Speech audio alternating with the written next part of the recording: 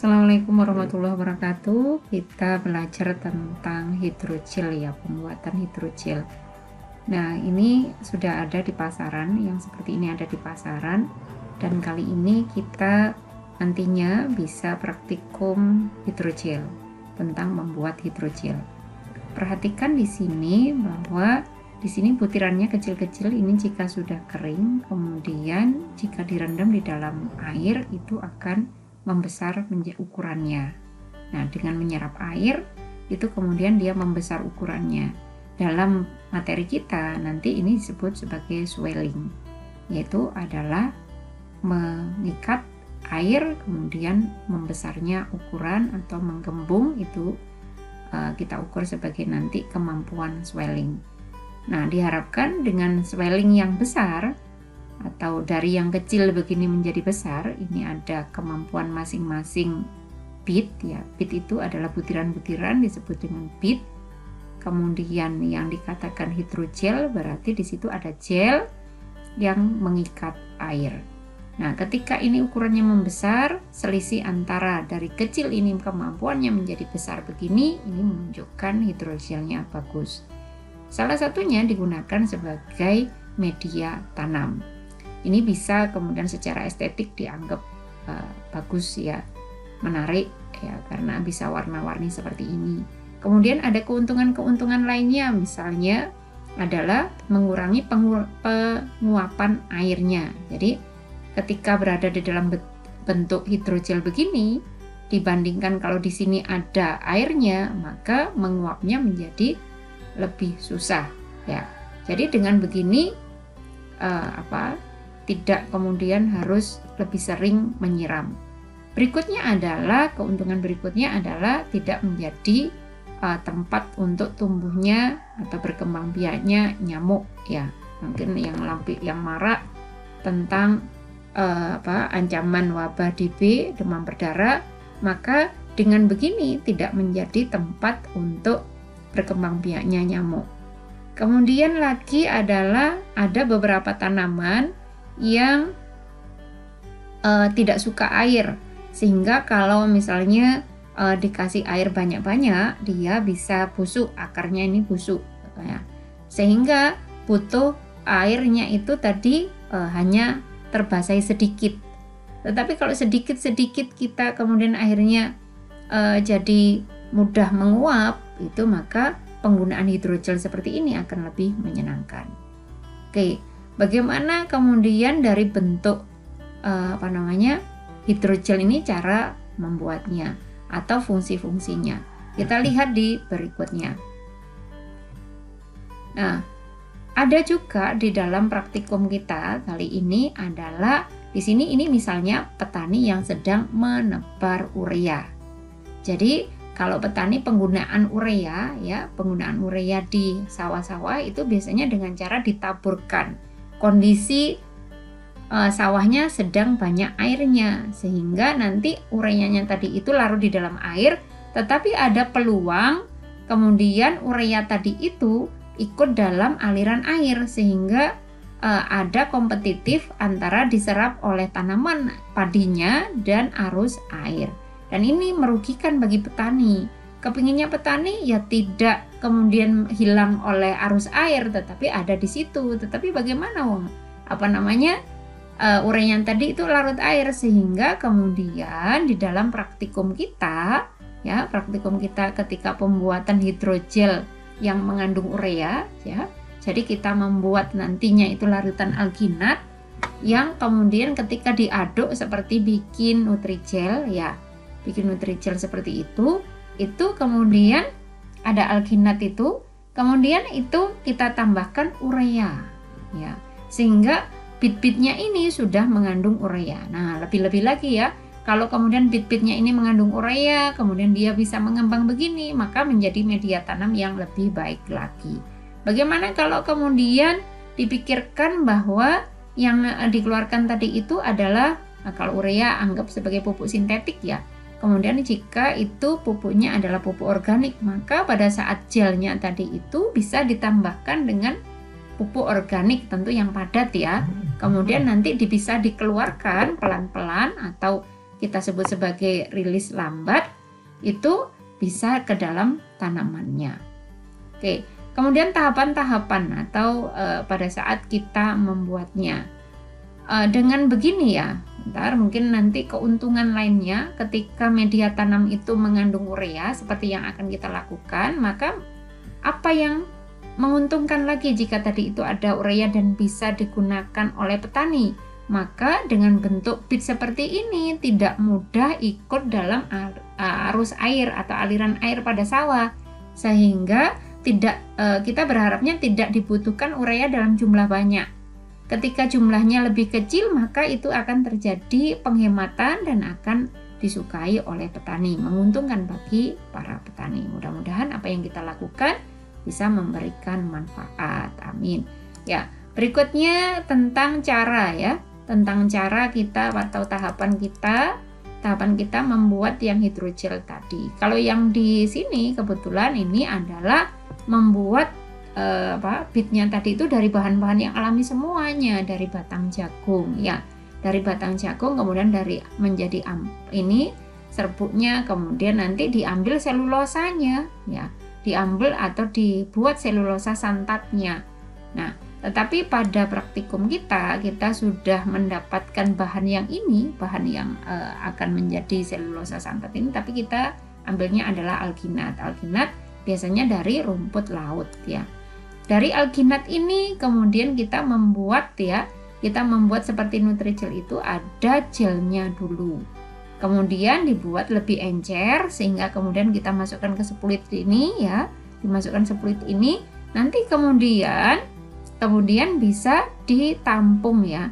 Dengan begini ini dilihat dulu keencerannya diperkirakan supaya bisa netes ya.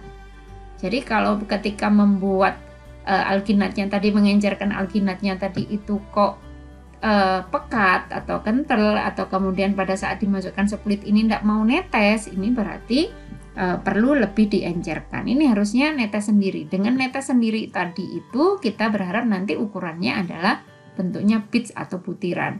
Sebenarnya butiran ini seakan-akan adalah estetik saja ya, nanti ini harap estetik saja. Tetapi dengan ukurannya lebih kecil-kecil begini kan diharapkan interaksinya menjadi bagus ya. Kita akan mengenal bahwa luas permukaan yang besar itu maka memungkinkan suatu reaksi lebih cepat. Kita lihat di sini, apakah ketika diteteskan begini saja di dalam air, apa kemudian bisa menjadi bits yang kaku? Maka belum ya. Kita masih membutuhkan adalah zinc asetat. Jadi ini adalah larutan zinc asetat. Ya, ada larutan zinc asetat, kemudian kita teteskan seperti ini pakai suplid. Nah, diharapkan anak-anak nanti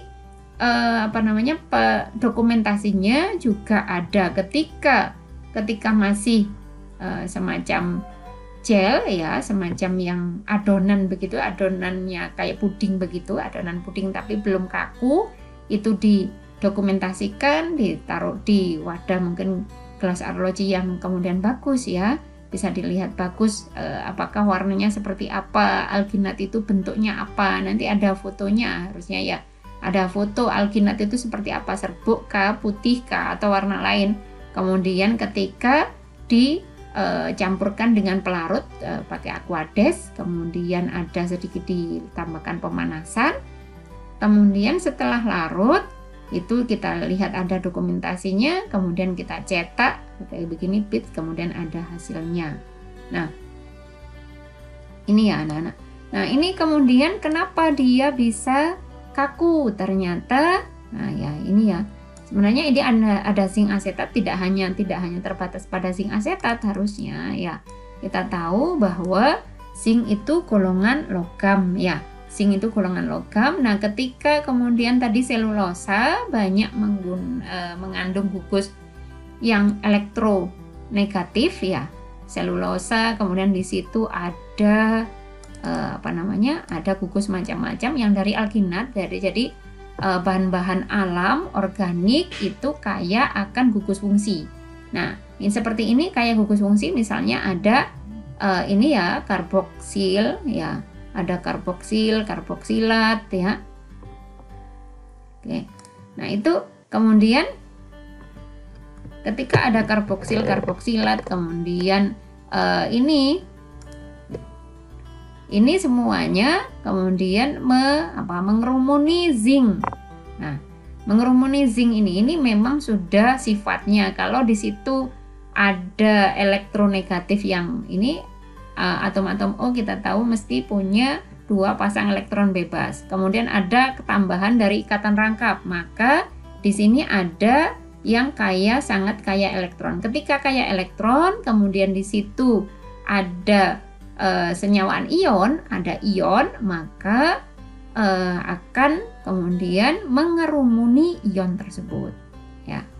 Nah, ketika mengerumuni ion tersebut, kita misalnya lihat secara animasinya, dilihat di sini bahwa ini seakan-akan yang ini adalah zinc-zincnya. Nah, maka kemudian dia saling berhubungan yang membentuk kita sebut sebagai cross-link. Dengan begitu akan ukurannya menjadi lebih kaku, luarnya ini lebih keras ya, terlindungi untuk pecah, tapi kemudian dia ini di bagian dalamnya adalah lebih lembut ya.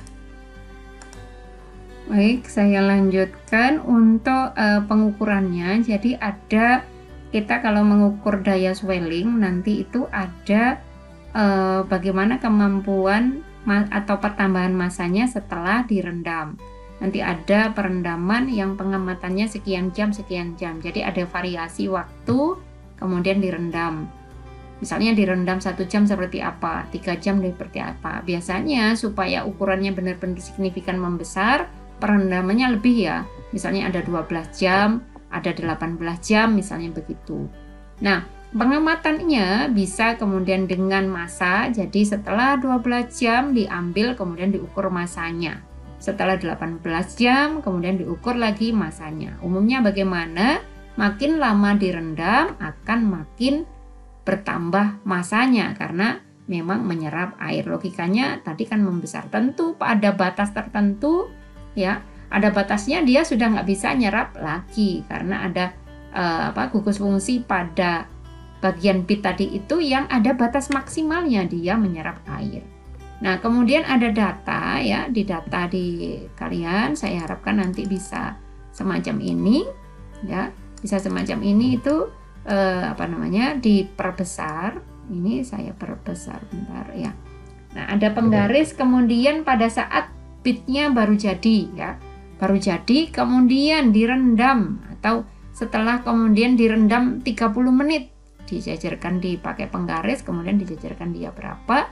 Kemudian juga setelah di oven menjadi sangat kering berapakah ukurannya. Ini bisa diukur nanti diameternya. Nanti kita akan bahas apakah setelah dari yang kering ya, setelah dikering dari awal gede, kemudian dibiarkan semalaman misalnya, kemudian direndam, kemudian di oven, kemudian setelah kering kecil begini direndam lagi dengan air, apakah dia bisa kembali seperti awalnya. Jadi yang dikatakan swellingnya bagus atau dia mengembangnya bagus bila kemudian dari yang awalnya kemudian misalnya sudah kering kehilangan ya, setelah di oven kan ada tahapannya, setelah bit jadi kemudian di oven menjadi kering, apakah setelah kering itu setelah direndam lagi bisa membesar lagi. Jadi swelling yang bagus seperti apa? Bila dia mempunyai kemampuan untuk membesar lagi, itu yang dimaksud adalah mengikat air. Saya kira sampai di sini dulu, mudah-mudahan menjadi lebih paham. Saya akhiri, wassalamualaikum warahmatullahi wabarakatuh.